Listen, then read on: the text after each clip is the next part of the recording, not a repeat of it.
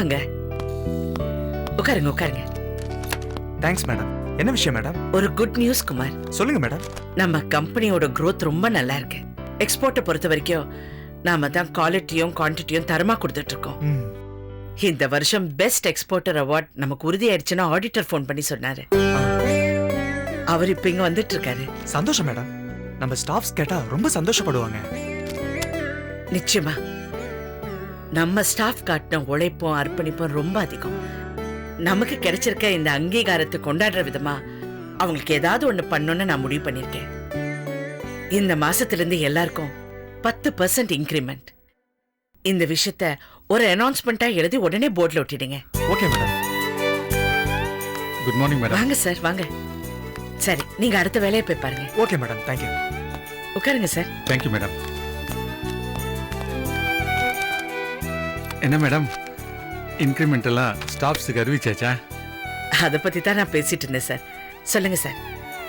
ஏதோ முக்கியமான விஷயம் கிட்ட பேசணும்னு சொன்னீங்களாமே, என்ன விஷயம்? நீங்க சந்தோஷமா இருக்கிற இந்த நேரத்துல சொல்லக்கூடாத விஷயம்தான், இருந்தாலும் சொல்ல வேண்டியது என் கடமை இல்லையா? அதை சொல்லித்தானே ஆகணும். ஆனா அதை எப்படி ஆரம்பிக்கிறதுன்னு தான் தெரியல. சார் எதுவா இருந்தாலும் என்கிட்ட சொல்லிடுங்க. உங்களுக்கே தெரியும் நான் நிறைய பார்த்துட்டேன். இனிமே புதுசா அதிர்ச்சி ஆவறதுக்கோ வருத்தப்படுறதுக்கோ எதுவுமே இல்ல. தயவு செஞ்சு சொல்லுங்க, என்ன விஷயம்? அது நம்ம ஏகே சன் சுரேஷ் விஷயம். ஏ அவனுக்கு என்னாச்சு? அவனுடைய காலேஜ் நிர்வாகத்தை கூடவே இருந்து மச்சான் ஏமாத்தி வாங்கிட்டான். ஐயோ. நீங்க அவனுக்கு கொடுத்த கம்பெனி ஏறத்தாழ இப்ப திவாலாகிற நிலைமையில இருக்கு மேடம். சில மாசங்களாவே கம்பெனி லாஸ்ல தான் போயிட்டு இருக்கு மேடம். நிலைமையை சமாளிக்க ஏகப்பட்ட கடன் வாங்கியிருக்காரு. இப்ப பேங்க் லோன் கூட கட்ட முடியாத நிலைமையில தவிச்சிட்டு இருக்காரு மேடம். கம்பெனி ப்ராப்பர்ட்டிஸ் எல்லாம் ஏலத்துல போற நிலைமையில இருக்கு மேடம். அந்த கம்பெனியோட ஆடிட்டரும் மச்சான் கூட சேர்ந்து ஏமாத்திட்டு ஓடிட்டார் மேடம். சமீப காலமா நான் தான் அந்த கம்பெனியோட ஆடிட்டிங் பார்த்துக்கிட்டு இருக்கேன். இந்த மாதிரி நேரத்துல நீங்க சுரேஷுக்கு உதவி பண்ணீங்கன்னா ரொம்ப ஹெல்ப்ஃபுல்லா இருக்கும் மேடம். சார் என்ன சார் பேசுறீங்க? ஏகே எனக்கு செஞ்ச உதவி மறந்துட்டீங்களா? இவ்வளவு நாள் நீங்க இந்த விஷயத்தை என்கிட்ட மறைச்சதே தப்பு சார். ஏதோ மூணாவது மனுஷன் கிட்ட போய் உதவி கேட்கிற மாதிரி தயங்கி தயங்கி கேக்குறீங்க. இது நீங்க என்ன அவமானப்படுத்துற மாதிரி இருக்கு. அந்த கம்பெனி மட்டும் இல்ல சார், இதுவும் ஏகோட தான். சுரேஷுக்கு இதுல பங்கு இருக்கு. நான் முதல்ல சுரேஷ பார்க்கணும். நீங்க உடனே அவரை வர சொல்லுங்க. நான் சொல்லலாம் தான் இருந்தேன், ஆனா சுரேஷ் தான் வேணான்னு சொல்லிட்டாரு. சார் அவன் சொல்லுவான், நீங்க என்ன சமாதானப்படுத்தணும்னு பார்க்காதீங்க. சே, என்னால இதை ஏத்துக்கவே முடியாது. இந்த கம்பெனி முன்னிலையில இருக்கிற தகவலை விட சுரேஷுக்கு இருக்கிற பிரச்சனை தான் நீங்க முதல்ல என்கிட்ட சொல்லிருக்கணும். Sorry madam. நீங்க உடனே சுரேஷுக்கு போன் பண்ணி வர சொல்லுங்க சார். Okay madam. ப்ளீஸ்.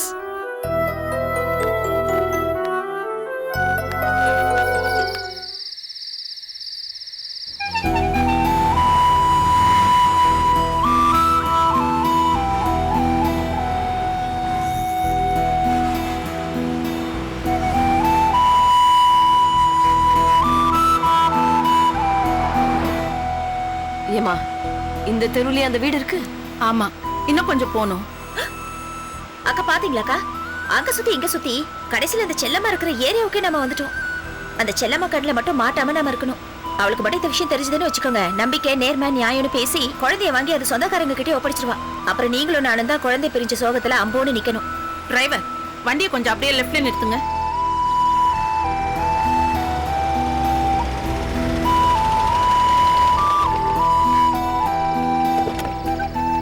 ஏங்க ஒரு நிமிஷம் இருங்க. என்னக்கா இங்க இருங்கறா? அக்கா அக்கா ஏங்க என்னமா நில்லுங்க. என்னமா எனக்கு நில்லுங்க. எங்க போயிட்டே இருக்க? நில்லு இங்க. என்னமா இது? இங்க எது கூட்டு வந்திருக்க நீ?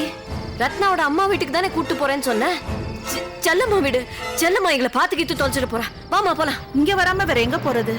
அந்த குழந்தையோட அம்மா இருக்கிற வீடு இந்த வீடுதாம்மா.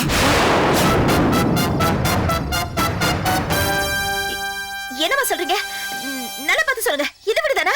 எனக்கு தெரியாதாம்மா, சத்தியமா இந்த வீடுதான். ஆர்எஸ் கார்மெண்ட் அதாம்மா, துணி வியாபாரம் பண்றாங்களே அந்த அம்மா தான் அந்த குழந்தையோட அம்மா.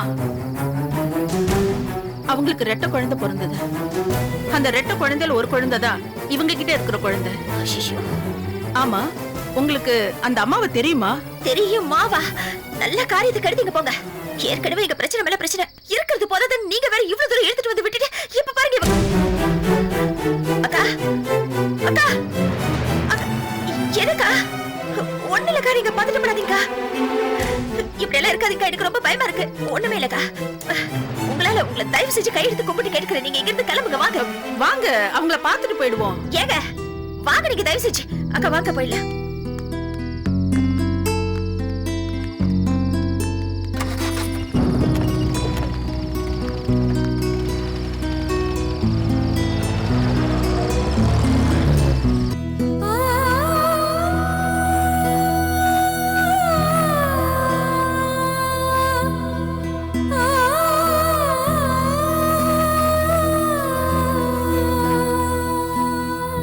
அக்கா என்னக்கா இது, இப்படி ஒரே அடியா இடிச்சு போயிட்டா எப்படி? அடுத்து என்ன பண்ணலாம்னு யோசிப்போம்க்கா.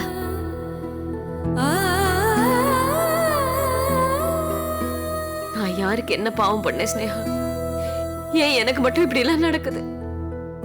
ஒரு பக்கம் குடுக்கற மாதிரி கொடுத்துட்டு இன்னொரு பக்கம் ஒரே தரையா பறிக்கிறதுல அந்த ஆண்டவனுக்கு என்ன ஒரு சந்தோஷம்.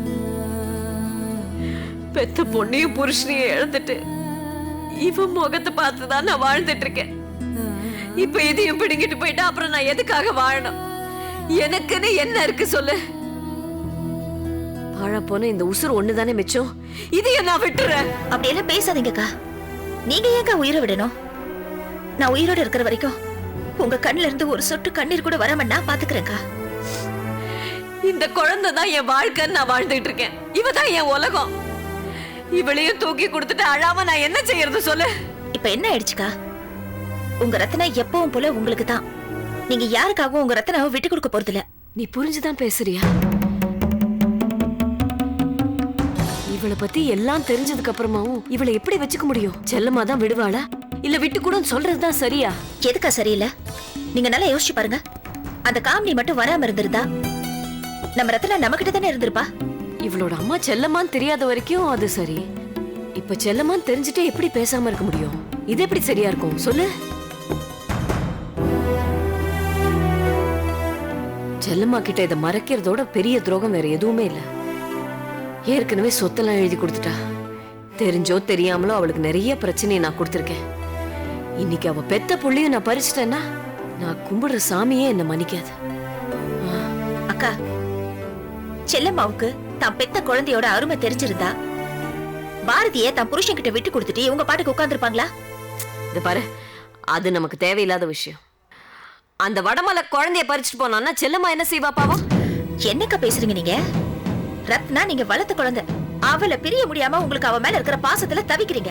அட பாரதி அவ பெத்த குழந்தை. உண்மையாவே பாசம் இருந்தா செல்லம்மா போய் அவ குழந்தைய தூக்கிட்டு வந்திருக்கணும். இல்ல குழந்தைக்காக புருஷன் கூட போய் இருந்திருக்கணும். செஞ்சாலா? செய்யல. குழந்தை மேல அவளுக்கு அக்கறை இல்லக்கா.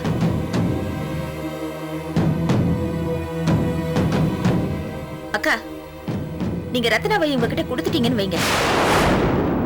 ஒரு பேச்சுக்கு சொல்றேன்க்கா. நீங்க ரத்னாவை பெரிய மனசு பண்ணி கொடுத்துருவீங்க. ஆனா அந்த படுபாவி வடமல குழந்தைய ஏன் சொத்துன்னு சொல்லி செல்லம்மா கிட்ட இருந்து வாங்கிட்டு போயிடுவான். பாவம்க்கா ரத்னா. பெத்தவங்களும் இல்லாம வளர்த்த பாசமும் இல்லாம அம்போன அந்த வடமல கையில போய் அல்லாடணுமா?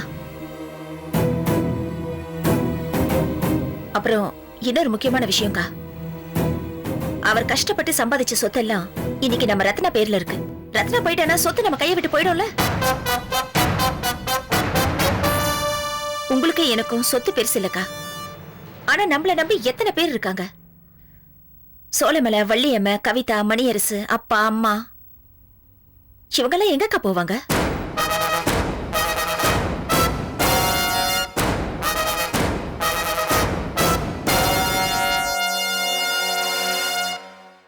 நீ சொல்றது சரிதான் ஸ்னேகா. அந்த வடமலைக்கு நம்ம ரத்னா பத்தின உண்மை தெரிஞ்சதுன்னு வச்சுக்கோயேன், வேற வேணையே வேண்டாம். அவன் அந்த பழைய பகைக்காகவே அவன் என்ன வேணாலும் செய்வான். ஆனா செல்லம்மா அப்படி இல்லையே. ரத்னாவை பத்தின விஷயம் அவளுக்கு தெரிஞ்சா வேதனையில துடிச்சு போயிடுவாளே. ஏக்கா, நீங்க படுற வேதனையை விடவா அவங்க வேதனை பெருசா இருக்க போது? ரத்னாவை பத்தின உண்மைய கடைசி வரைக்கும் அந்த செல்லம்மாவுக்கு தெரியாமலேயே மறைச்சிட்டா என்னக்கா ஆயிட போகுது? அக்கா, இது வரைக்கும் நமக்கு மட்டும்தான் இந்த விஷயம் தெரியும். இவங்கள நான் பாத்துக்கிறேன். இவங்க வாயை எப்படி அடைக்கிறதுன்னு எனக்கு தெரியும். எந்த காலத்திலையும் குழந்தைய கூடுன்னு செல்லமா நம்மள தேடி வந்து நிக்காதபடி நான் பாத்துக்கிறேன். தப்புதான்க்கா. வேற என்ன பண்றது சொல்லுங்க? உங்களாலதான் ரத்னாவை நல்லபடியா பாத்துக்க முடியும்னு கடவுளை பார்த்து அந்த குழந்தைய உங்ககிட்ட கொண்டு வந்து சேர்த்திருக்காரு. தேவையில்லாம உங்க மனசை போட்டு குழப்பிக்காதீங்க. கடவுள் மேல பாரத்தை போட்டுட்டு நிம்மதியா இருங்க. என்னைக்கா இருந்தாலும் ரத்னா உங்க பொண்ணு. அவதான்க்கா உங்களுக்கு உலகமே. அவ இல்லாம நீங்க இல்ல. இந்த உண்மைக்கு முன்னாடி ரத்னாவை தவிர வேற யாருமே உங்களுக்கு முக்கியமா இருக்க கூடாது. என் மனசுல பட்டதை நான் சொல்லிட்டேன்க்கா. அதுக்கப்புறமா உங்க முடிவுதான்.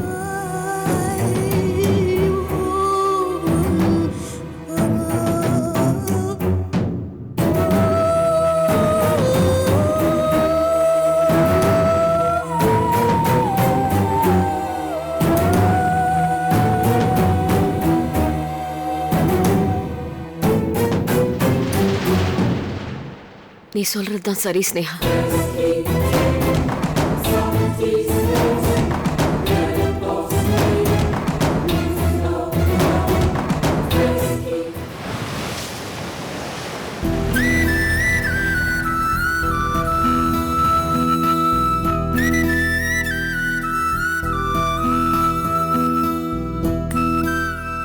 Good morning sir.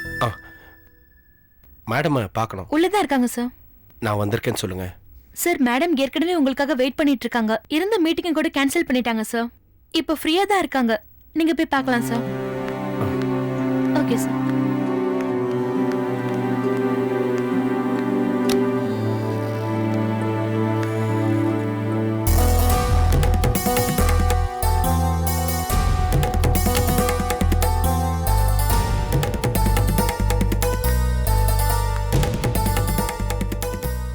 Auditor phone பண்ணி நேற்று உங்களை வந்து பார்க்க சொன்னாரு. என்னால் வர முடியல. என்ன விஷயம் செல்லம்மா? ஏ, அவர் சொல்லித்தான் நீ என்னை பார்க்க வரணுமா? உனக்கா என்னை வந்து பார்க்கணும்னு விருப்பம் இல்லையா? இந்த கம்பெனியும் உன் அப்பாவோடது. உனக்கும் இதுல பங்கு இருக்குங்கிறத மறந்துட்டியா? முடியல செல்லம்மா. என்னால் உங்களை முகம் கொடுத்து பார்க்க முடியல செல்லம்மா. இதுக்கு மேல எதுவும் சொல்லாதீங்க. எங்க அப்பா பேரை காப்பாத்த நான் தவறிட்டேன். என்ன பார்க்க விருப்பம்னு சொல்லிட்டார். I am very unlucky fellow. ஒரு அடி எடுத்து வச்சா 10 அடி சறுக்குது. என்னால முடியல செல்லம்மா. அதான்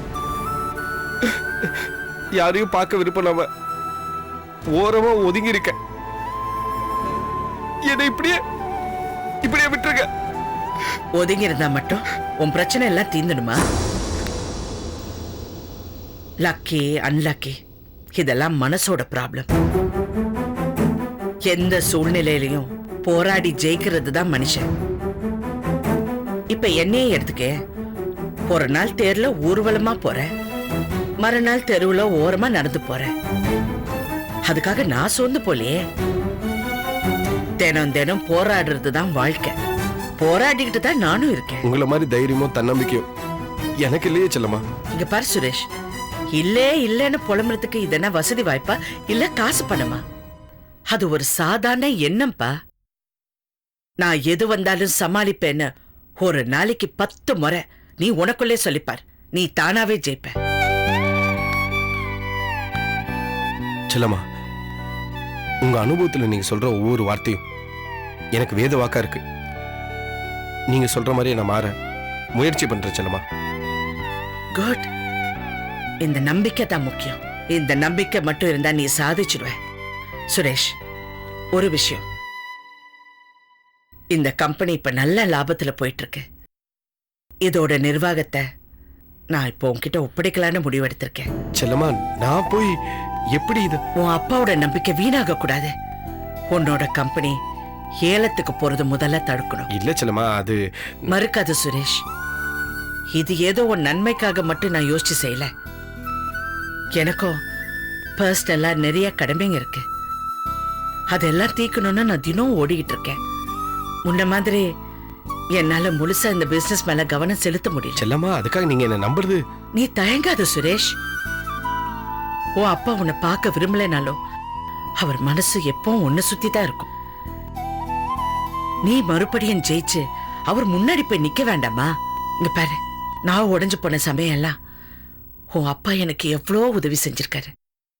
இப்ப நீ ஒரு கஷ்டத்துல இருக்கிறப்ப நான் கை கொடுக்கலன்னா எப்படி சுரேஷ்? இல்ல செல்லம்மா, நான் சொன்னா கேளு சுரேஷ். இந்த கம்பெனியோட நிர்வாக பொறுப்பை நீ ஏத்துக்க. உன்னால முடியும். செல்லம்மா, கடலை தத்தளிக்கிறவனுக்கு துடுப்பு கிடைச்சாலே சந்தோஷப்படுவான். ஆனா நீங்க என்ன நம்பி இவ்வளவு பெரிய கப்பலை தரேங்கிறீங்க. எனக்கு என்ன சொல்றதுன்னு தெரியல செல்லம்மா. நீங்க சொன்ன மாதிரியே நான் இந்த கம்பெனி நிர்வாகத்தை எடுத்து நடத்துறேன். ஆனா அதுக்கு முன்னாடி நீங்க எனக்கு ஒரு சத்தியம் பண்ணி தரணும். இந்த நிர்வாக பொறுப்பை என்கிட்ட கொடுத்துட்டு நீங்க ஓரமா ஒதுங்கி நிக்க கூடாது.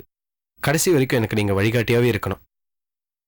செல்லம்மா, உங்க மேல் பார்வையில தான் நான் அந்த கம்பெனியோட சுமையை சுமக்கணும். நீங்க இதுக்கு சரின்னு இப்ப சொல்லுங்க. நான் இப்பவே இந்த நிர்வாக பொறுப்பை எடுத்து நடத்துறேன். நிச்சயமா நான் உன் கூட இருப்பேன் சுரேஷ். வா வா உட்காரு.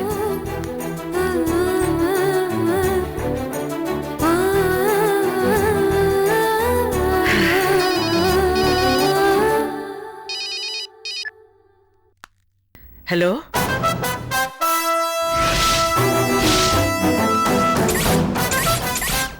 சரி சுரேஷ், நான் அர்ஜென்ட்டா வெளியே போறேன். நான் அப்புறமா பார்க்கறேன்.